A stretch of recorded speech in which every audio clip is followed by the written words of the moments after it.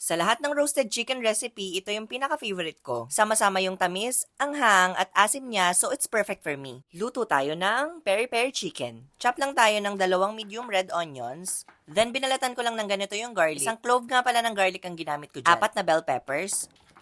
And nag-squeeze lang ako ng lemon. Sa baking tray, pagsamasamahin na natin yung mga ingredients. And drizzle lang natin yan ng olive oil. Pwede nyo din naman yan hindi oven. At igisa nyo lang din yan sa kawali hanggang sa magkameron ng toast. Sa preheated oven, i-roast lang natin yan sa 200 degrees for 30 minutes. Then sa blender, or kung meron kayong food processor, mas maganda, add na tayo ng 2 tablespoon ng paprika at oregano, 1 tablespoon ng salt and pepper, 2 tablespoon ng sugar, 3 to 4 tablespoon ng lemon juice at vinegar, and add ulit tayo ng olive oil mga 4 to 5 tablespoon. Nakalimutan ko palang ilagay yung siling labuyo, 3 ang inilagay ko dyan. And blend lang natin yan ng mga 1 to 2 minutes. Next, ipatry na natin yung chicken para mas kumapit yung lasa sa chicken natin. Pang 1 whole chicken nga pala yung pang marinate na ginawa ko, kaya kung balak nyo na 1 whole chicken, saktong-sakto lang yung sauce natin. Then pahiran nyo lang yung buong chicken para noot yung lasa. Marinate lang natin yan ng 4 hours up to 24 hours, mas maganda. And then sa preheated oven, i-roast lang natin yan sa 200 degrees for 30 to 40 minutes, or kung whole chicken naman, 180 degrees for 1 hour. At ayan na, luto na ang ating peri-peri chicken. Ito yung chicken recipe na hindi nawawala kapag may okasyon kami, lalong-lalo na kapag Christmas and New Year. Kaya i-try nyo na din. Uy, magluluto na yan.